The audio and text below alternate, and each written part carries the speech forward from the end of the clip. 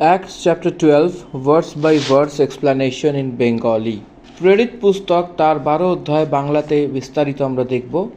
অনুগ্রহ করে আপনারা শুনবেন এবং যেখানে যেখানে আমি বলবো সেখানে সেখানে অবশ্যই করে আপনারা দাগাবেন। প্রতিটি পদ আমরা এক এক করে এখানে ধ্যান করব।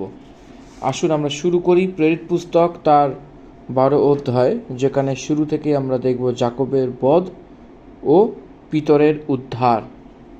এই জিনিসটা আপনারা মন দিয়ে শুনবেন। এই অধ্যায়টিতে 25টি পদ লেখা হয়েছে। এই 25টি পদের মধ্যে যে বিষয় লেখা রয়েছে, প্রথম 2 পদ হেরোদেস এবং অগ্রিপা, যীশু খ্রিস্টের চেলাদের মধ্যে, শিষ্যদের মধ্যে যে প্রেরিত বলা হতো তাদের মধ্যে এক, যাকুবকে মেরে ফেলা। প্রেরিতদের মধ্যে থেকে সর্বপ্রথম শহীদ এরাই ছিল। মণ্ডলীতে চতুর্থবার হিংসা প্রারম্ভ হওয়া আমরা এখানে দেখতে পাই। 3 আর 4 পদের মধ্যে পিতরের সেই অ্যারেস্ট। 5 আর 6 পদের মধ্যে পিতরের ছুটকারার জন্য মণ্ডলী প্রার্থনা করছিল। 7 থেকে নিয়ে 11 পদ অবধি সেই বচনের ভাগে সে পিতরকে অদ্ভুত রীতিতে সে বন্দিগৃহের মধ্যে থেকে ছাড়িয়ে বাইরে নিয়ে আসা। 12 থেকে নিয়ে 17 পদ অবধি প্রার্থনার উত্তর পাওয়া, তাও অবিশ্বাসীতে থাকা মণ্ডলী। 18 এবং 19 পদে পিতর না দেখার কারণে সেই পুরো সেনা হলচল করা, সে প্যারীয়দের মেরে ফেলার আজ্ঞা যে হেরোদেসের দ্বারা দেওয়া হয়েছিল। তারপরে হেরোদেস কৈশোরীয়তে গিয়ে সেখানে নিবাস করা। 20 পদ থেকে নিয়ে 23 পদ অবধি হেরোদেসের মৃত্যু। হেরোদেস রাজবস্ত্র পরে সিংহাসনে বসে ভাষণ দিয়েছিল। লোকেরা বলে উঠল যে এরা কি সত্যিকারের মনুষ্য নয় ঈশ্বরের শব্দ বলে বলার সময় সঙ্গীকার করেছিল। সেই কারণ দ্বারা পরমেশ্বর তাদেরকে মেরেছিলেন এবং তারা পোকায় পড়ে মারা গেল। 24 আর 25 পদে সেখানে পরমেশ্বরের বাক্য বাড়তে লাগলো। বর্ণবাস আর শলের সেবা সেখানে পুরো করেছিল। সেই মার্কুসকে সঙ্গে নিয়ে সেই জেরুজালেম আন্তাকিয়াতে বাপাস ফেরত এসেছিল। প্রেরিতের কার্য 11:29 ক্লাউডিয়া রাজা সেই সময়তে সেই আকাল দ্বারা সান্তাকিয়ার কলিসিয়াতে সেই পৌলুসের বর্ণবাসের দ্বারা যে পাঠানো হয়েছিল সেই যে অফারিং কি দান জেরুজালেমে সে পৌঁছেছিল, তারপরে আবার ফিরে এসেছিল। সেখানে 25 পদে সেই থাকা সেই বচনের ভাগ বিষয় রয়েছে। তো আসুন আমরা ভার্স বাই ভার্সকে ধ্যান করি এবং 12 অধ্যায় প্রথম পদ থেকে আমরা ধ্যান করব। প্রথম পদ, তৎকালে হেরোদ রাজা মণ্ডলীর কয়েক জনের প্রতি উপদ্রব করিবার জন্য হস্তক্ষেপ করিলেন, তার উপর হাত রাখলেন। সেই সময় অর্থ মানে এখানে যে হেরোদেসের রাজার কথা বলা হয়েছে তাদের উপরে একটা ইন্টারফেয়ারেন্স, একটা হস্তক্ষেপের কথা এখানে বলা হয়েছে। সেই সময় কথা মানে কি, ঈসাপূর্ব 44 বছরে জেরুজালেমে থাকা যে মণ্ডলীকে হেরোদেস সে অগ্রিপা বিরক্ত করছে, সেই মণ্ডলীকে বিরক্ত করছিল, সেই জবরদস্তি করার চেষ্টা করছিল। সেই সময় যাকুব সেখানে সেই বলবন্ত হয়ে করে অ্যারেস্ট করেছিল। তারপরে দ্বিতীয় পদ, তিনি যোহনের ভ্রাতা যাকবকে খড়গ দ্বারা বধ করিলেন। যোহনের ভাই যাকুব বলে সেখানে বই নার্গিস বলে সেখানে বলেছিল। সে যোহনা এবং যাকুব এরা দুজনে ভাই ছিল। সে যাকুব যোহনের ভাই ছিল। সেই যোহন লিখিত সুসমাচার লিখেছিলেন। 3 পত্রী এবং প্রকাশিত বাক্যকে লিখেছিল। সেই যোহন প্রেরিতে শেষের দিকে সেখানে একটা মৃত্যু পাওয়া ব্যক্তি, বাকি সব প্রেরিতরা শহীদ হয়ে সেখানে কেবল এক যোহনী এক সহজ মৃত্যু পেয়েছিলেন। সেই বয়স্ক সময়তে সর্বপ্রথম যোহনের ভাই জাকুবকে হয়েছিল। বয়ানার্গিস বলে যে ডেকেছিল, তাদের মধ্যে থেকে যে জাকুবকে ধরে সেই হেরোদেস অ্যাগ্রিপা মেরে ফেলেছিল। কি আপনি এটা ধ্যান দিচ্ছেন? সুসমাচার অনেক অদ্ভুত রীতিতে যেটা চলছিল সেই সময় জেরুজালেমে অনেক লোক বিশ্বাস করতে করতে সময় সেই সন্দর্ভে জিহুদিরা সেই খ্রিশ্চানদের ওপরে সেখানে সেই বিরুদ্ধে চিন্তা ভাবনা করে নির্ধারিত করে তাদের উপরে সেখানে ভয় রাখা, সেই সন্দর্ভে সেই লোকদেরকে খুশি রাখার জন্য হেরোদেস জাকুবকে মেরে ফেলেছিল, তলোয়ার দ্বারা মেরে ফেলেছিল। এটা জিহুদিদের জন্য একটা আনন্দের কার্য বলে তারা বুঝে গেছিল। He got appreciation.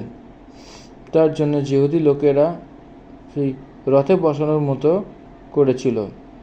জাকুবকে মেরে ফেলেই তারা তারিফ করতে লাগলো।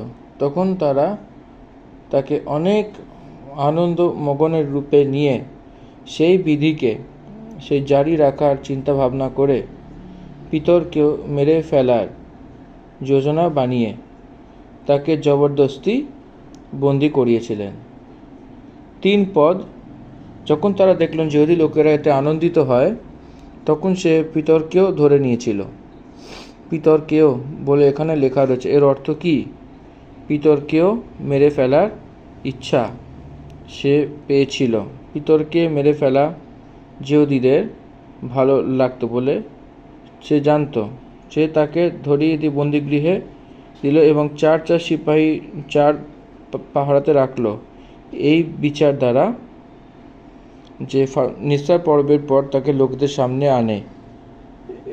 এখানে আরেকটি বার আমি সাধু ভাষায় পড়ে দেবো, আসুন পড়ি। ইহাতে জিহুদিরা সন্তুষ্ট হইল দেখিয়া তিনি আবার পিতরকেও ধরিলেন। তখন তারিশূন্য রুটি পর্বের সময় ছিল। তিনি তাহাকে ধরিয়া কারাগারে রাখিলেন এবং তাহাকে পাহারা দেওয়ার জন্য 4 জনের দল, এমন 4 দল সেনার নিকটে সমর্পণ করিলেন। মনে করিলেন নিস্তার পর্বের পরে তাহাকে লোকদের কাছে আনিয়া উপস্থিত করিবেন। এই রূপে পিতর কারাবদ্ধ থাকিলেন, কিন্তু মণ্ডলী কর্তৃক তাহার বিষয়ে ঈশ্বরের নিকট একাগ্রভাবে প্রার্থনা হইতেছিল। এখানে 4 জন সিপাহীর 4 পাহারা, তার অর্থ 16 সিপাহী লোকেরা, 16 রোমান সোলজার্সকে পিতরের জন্য হেরোদেস নিযুক্ত করেছিলেন। নিস্তার পর্বের তেহারের পরে এটাকেও যাচ পড়তাল করে লোকদের সামনে মেরে ফেলার চিন্তা ভাবনা করেছিল। হেরোদেস রেখেছিল। বন্দিগৃহে পত্রস বন্ধ ছিল, কিন্তু মণ্ডলী তার জন্য সেভাবে প্রার্থনা করছিল। সেখানে মণ্ডলী প্রার্থনা করছিল।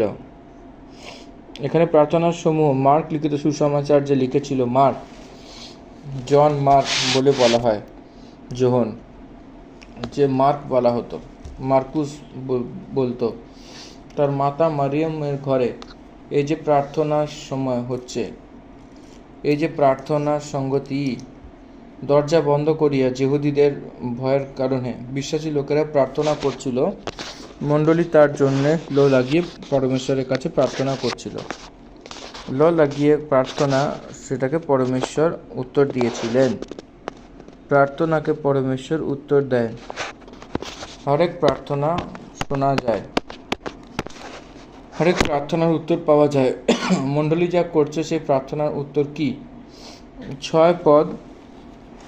পরে হেরোদ যে দিন তাহাকে বাহির আনাইবেন, তাহার পূর্বতৃতে পিতর 2 জন সেনার মধ্যস্থানে 2 শৃঙ্খলবদ্ধ থাকিয়া নিদ্রাগত ছিলেন এবং দ্বার দেশে প্রহরীরা কারাগার রক্ষা করিতেছিল। সময় অদ্ভুত কার্য হয়েছিল। 7 পদ। আর দেখো, প্রভুর এক দূত তাহার কাছে আসিয়া দাঁড়াইলেন এবং কারাক্ষে আলোক প্রকাশ পাইল, তিনি পিতরের কুক্ষি দেশে আঘাত করিয়া তাহাকে জাগাইয়া কহিলেন, শীঘ্র ওঠো। তখন তার দুই হস্তে হইতে শৃঙ্খল পড়িয়া গেল। মিরাকেল এস্কেপ বলা হয়। অদ্ভুত রীতিতে পিতরকে সেই মহান পরমেশ্বর ছাড়িয়ে তাকে বাঁচাচ্ছিলেন। এটা একটা আশ্চর্য রূপের ছুটকারা রূপে আমরা দেখতে পাই। পরমেশ্বরের দূত পিতর যেখানে ছিল সেই বন্দিগৃহে এসেছিল, সেখানে পিতরকে সে হাত মেরে তাকে সেখানে সেই যখন ছিল সেই হাত দ্বারা জঞ্জির খুলে পড়ে গেল বলে দেখা যাচ্ছে। মানে স্বর্গদূত তখন তাকে বললেন যে কোমর বাঁধো এবং তোমার জুতো পরে নাও। সে সেরকমই করলো। তারপর সে তাকে বলল, তোমার বস্ত্র পরে আমার পিছনে পিছনে আসো। পিতর চিন্তাভাবনা করে দেখলো যে এইসব দর্শনে হচ্ছে, এটা সত্যিকারে হচ্ছে বলে সে ভাবেনি। 9 পদ আমরা একবার এটাকে আমরা একটু নর্মাল ভাষায় পড়ি।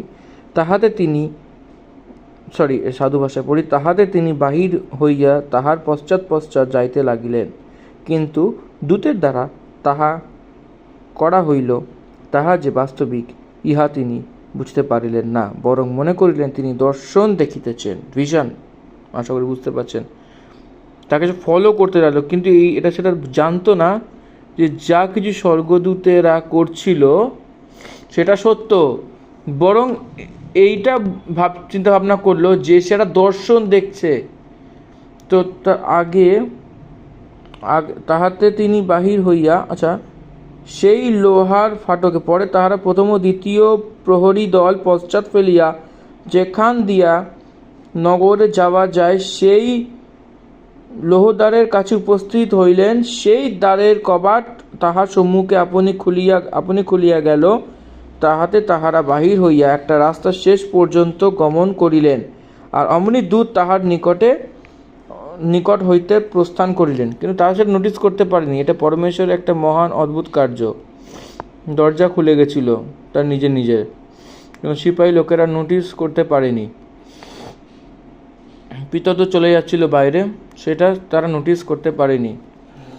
আমরা উৎপত্তির পুস্তকে লুতের ঘরেতে যে এসেছিল স্বর্গদূতেরা, লুত আর তার পরিবার, সেখানে তার ঘরে নিয়ে সেই দরজা বন্ধ করেছিল। সেই দরজার সেই রাতভর যতই খুঁজুক না কেন তারা দেখতে পায়নি। সেখানে যে ঘটনা হয়েছিল সেই প্রকারের ঘটনা এখানে আমরা দেখতে পাই। দরজা খুলে গেছিল, কিন্তু খুলে গেছিল বলে তারা যে পাহারা করছিল তারা সেটা বুঝতে পারেনি। কিন্তু পিতর যে খুলে গেছিল সেই দরজা থেকে বাইরে এসে দেখুন, প্রথমে এবং দ্বিতীয় পাহারা দিয়ে বেরিয়ে লোহার পাটকে পৌঁছেছিল, নগরের দিকে ছিল। আর তার জন্য তার নিজের থেকে খুলে গেল, আর সে বেরিয়ে একই গলি হইয়া গেল। সে সঙ্গে সঙ্গে স্বর্গদূত তাকে ছেড়ে চলে গেল। তখন পিতর সচেতন হইয়া বলল, পিতর বুঝতে পারল যে আমি ছুটকারা পেয়েছি, আমাকে জঞ্জিরে নেই, আমি এখন বন্দিগৃহে নই, আমার বগলে যে সিপাহী ছিল নেই, যে পাহারা করছিল 16 সিপাহীজন নেই, এর মানে আমি রাস্তায় আছি বলে সে বুঝতে পারল। পরমেশ্বর তার দূতকে পাঠিয়ে আমাকে ছাড়িয়েছেন বলে সে বুঝে গেছিল। পিতর সেই সচেতক হয়ে গেছিল। আর আমি সত্য জেনে নিয়েছি যে প্রভু তার স্বর্গদূত পাঠিয়ে আমাকে হেরোদেসের হাত থেকে ছাড়িয়ে দিয়েছিল আর জিহুদীদের সব আশা ভেঙে দিয়েছিল। এটা জেনে সেই যোহনার মাতা মরিয়মের ঘরে এলো, যে মার্কুস বলা হতো। সেখানে অনেক লোকের একজোট হয়ে প্রার্থনা করতে লাগলো। সেই ঘরে যেতে হবে বলে সে কী করে জানলো? সেই ঘরে প্রার্থনা হচ্ছিল, সেই ঘরে সে গেল। যখন সে পাঠকের সেই জানলা নক করলো, সেখানে এক দাস দেখতে এলো।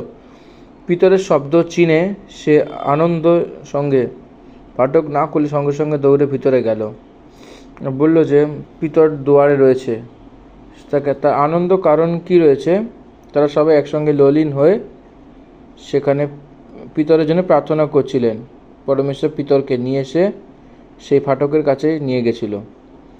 সেই সেই সন্তুষ্টির আনন্দের কারণ ছিল। কিন্তু সে দুয়ারের ভিতরে গেল এবং বলল যে পিতর দুয়ারে দাঁড়িয়ে রয়েছে বলেছিল।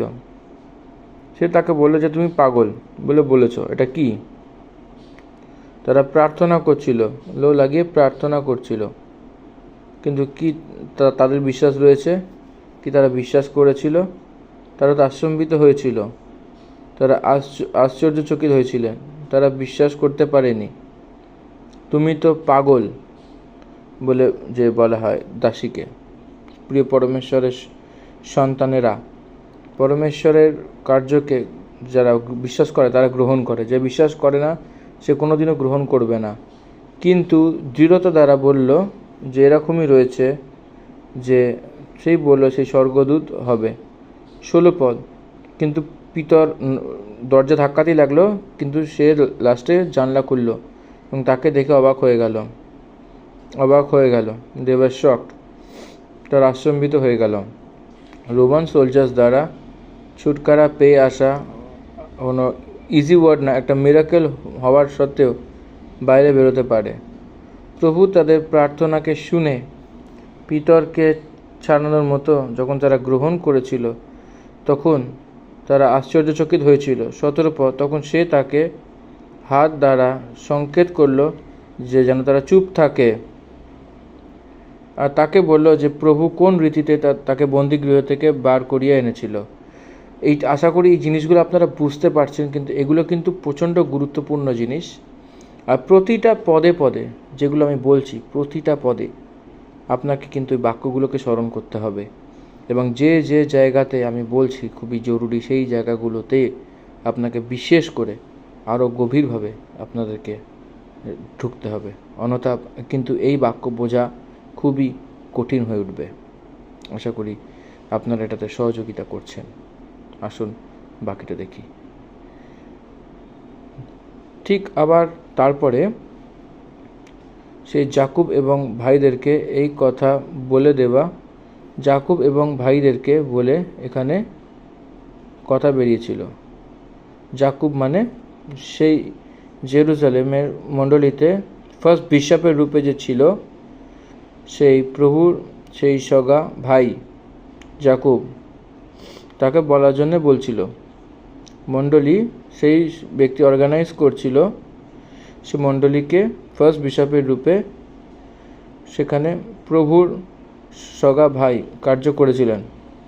সেই ব্যক্তিকে এই বিষয়ে পৌঁছেছিল এই বলে, কোথায় গেছিল সেটা তো লেখা নেই এখানে, তখন বেরিয়ে অন্য জায়গায় বলেছিল। 18 পদ। সে ভোরের সিপাহী, সে অনেক হালচাল মেচে গেছিল, সে পিতরের কি হবে। হ্যাঁ, এটা সত্যি কথা। 16 পাহারা করছিল, পিতরকে 2টো জঞ্জির দিয়েছিল। সেখানে 2টো সিপাহীর মাঝখানে, সেখানে সে কোথায় ছিল? সেই বন্দিগৃহের দরজা, সেই দরজা বন্ধ করার মতো তারা চিন্তাভাবনা করেছিল, তারাও চকিত হয়েছিল। সেখানে সেই লোহার ফাটক খুলতেই আওয়াজ তো আসা উচিত। সেখানে কেন নোটিস করতে পারছিল না? সেখানে তারা অনেক কনফিউজ হয়ে গেছিল। তখন হেরোদেস সেই খোঁজ পায়নি, তখন পেহরু যাঞ্চ করে আজ্ঞা দিয়েছিল যে তাকে মেরে ফেলা হোক, এবং সে জিহুদীদেরকে ছুটকারা কৈশোরীয়তে যেতে লাগলো। সেখানে সেই ইহুদিদের ছেড়ে কৈশোরীয়তে গিয়ে থাকতে লাগলো। 20 পদ পড়ি। হেরোদেস সুর এবং সয়দার লোকদের থেকে অনেক অপ্রসন্ন ছিল, এই কারণে সে একচিত্ত হয়ে তার কাছে আসলো এবং সে বলসতুসকে, যা রাজার এক কর্মচারী ছিল, তাকে মানিয়ে সে মেল করতে চাইল, কারণ রাজার দেশ থেকে তার দেশের পালন পোষণ হয়। সুর আর সয়দার লোকেদেরকে হেরোদেসের দিক থেকে পালন পোষণ হচ্ছিল, এই জন্য মেলমিলাপ করার জন্য চিন্তাভাবনা করেছিল। আমি একবার 18, 19 এবং 20 আমি আপনাদেরকে সাধু ভাষায় একবার পড়ে শোনাচ্ছি। আসুন আমরা দেখি, আপনারা একবার এটাকে ফলো করুন। আসুন 18 থেকে পড়ি। দিন হইলে পর পিতর কি হইল বলিয়া সেনাগণের মধ্যে খুব একটা হুলস্থুল পড়িয়া গেল। পরে হেরোদ তাহার সন্ধান করিয়া না পাওয়াতে রক্ষীদিগকে জিজ্ঞাসাবাদ করিয়া তাহাদের প্রাণখণ্ড করিতে আজ্ঞা দিলেন এবং জিহুদিয়া হইতে প্রস্থান করিয়া কৈশরিয়াতে গিয়া অবস্থিতি করিলেন। 20 পদ। আর তিনি শরীয় ও সিদনীয়দের উপরে বড়ই কুপিত হইয়াছিলেন, কিন্তু তাহারা একমত হইয়া তাহার কাছে আসিল এবং রাজা শয়নগরের অধ্যক্ষ ব্লাস্তকে সপক্ষ করিয়া সন্ধি যাচনা করিল, কারণ রাজার দেশ হইতে তাহাদের দেশে খাদ্য সামগ্রী আসিত। 21 পদ পড়ে দিচ্ছি, তারপরে আবার বাকিটা দেখছি। তখন কি নিরূপিত দিবসে হেরোদ রাজবস্ত্র পরিধানপূর্বক সিংহাসনে বসিয়া তাহাদের কাছে বক্তৃতা করেন। এইটাকে আমি আপনাদেরকে নর্মাল ভাষা বোঝাচ্ছি। সেই সকালবেলাতে সেই রাজবস্ত্র পরে সিংহাসনে বসল এবং ব্যাখ্যা দিতে লাগলো। 22 পদ। তখন লোকেরা বলতে লাগলো, এখানে একটা মনুষ্য নয়, ঈশ্বরের শব্দ রয়েছে। সেই সন প্রভু এক স্বর্গদূতে তাকে বলল যে তাকে পরমেশ্বরকে মহিমা দেয়নি এবং তাকে যাতে পোকা পড়ে মারা গেল। এখানে মনুষ্য নয়, কেবল ঈশ্বরের শব্দ রয়েছে বলে সে বুঝতে পারেনি, কিন্তু সে এরকম বলেনি, সে শান্ত ছিল। এর মানে সে অঙ্গীকার করেছিল, পরমেশ্বর তাকে দেখছিল। যখন সে পরমেশ্বরের স্থানকে নিতে চাইল এবং পরমেশ্বর হেরোদেসকে সেই পোকা থেকে মারতেই সে সেখানে পড়ে গেল এবং মারা গেল। 24 পদ। কিন্তু পরমেশ্বরের বাক্য বাড়তে এবং ফেলতে লাগলো। পরমেশ্বরের নামের মহিমা হোক। পরমেশ্বরের বচন বাড়তে লাগলো, ছড়াতে লাগলো, সেটা স্প্রেড হতেই গেল। মণ্ডলী দিন পর দিন বৃদ্ধি হতেই গেল। সেখানে পারসিকিউশন বাড়তে লাগলো এবং মণ্ডলী বাড়তে লাগলো। মণ্ডলীর মহানতা এটাই, যে সময় এসে যে মসির কালে কোন রীতিতে ইসরায়েলিরা কষ্ট বাড়তে বাড়তে তারাও বৃদ্ধি হতে গেল। প্রেরিতের কার্যে মণ্ডলী যে কষ্ট আসার সময় আরও সে বৃদ্ধি হতে হতে আমরা দেখতে পাই। 25 পদ। 25 পদ একবার দেখি। যখন বার্নাবাস আর সৌল মানে পৌল আর কি, আপনাদের পরিচর্যা কার্য সম্পন্ন করিবার পর জেরুজালেম হইতে প্রত্যাগমন করিলেন। যোহন যাহাকে মার্ক বলে তাহাকে সঙ্গে লইলেন। আশা করি এটা বুঝতে পেরেছেন। তার নিজের মিনিস্ট্রি সেবা পুরো করেছিল এখানে। কোথায়? জেরুজালেমে তার সেবা পুরো করেছিল। সেখানে জেরুজালেমে কেন গেছিল তারা? 11 অধ্যায় 29 পদে। তখন চেলারা নির্ণয় করলো আর সবাই তার নিজের সেই পুঞ্জি অধ্যায় সে ভাইদের সঙ্গে সেখানে সহায়তার জন্য সেখানে বর্ণবাস এবং শলের সেই হাত এবং প্রাচীনের কাছে সে পাঠিয়ে দিয়েছিল। সেখানে আবার ফেরত এসে আন্তাকিয়াতে এসেছিল। আন্তাকিয়াতে ফেরত আসা মানে সেটা একটা হেডকোয়ার্টার্সের রূপে দেখা যাচ্ছিল। আন্তাকিয়া মণ্ডলীর হেডকোয়ার্টার্স ছিল। যখন বার্নাবাস আর শৌল তার সেবা পুরো করে ফেলেছিল, তখন যোহনকে, যাকে মার্ক বলা হতো, সঙ্গে নিয়ে জেরুজালেমে থেকে ফিরেছিল। এখানে তারা মার্ককে ফেরত এনেছিল, মানে সঙ্গে এনেছিল। কোথায় এসেছিল? আন্তাকিয়াতে এসেছিল। মার্ক কোথায় ছিল? জেরুজালেমে ছিল। মার্কুসের মাতার নাম মারিয়াম ছিল। যিশুর মায়ের নামও মারিয়াম, মার্কুসের মায়ের নামও কিন্তু মারিয়াম। কিন্তু তারা সেম এক মারিয়াম নয়, এটা মনে রাখবেন।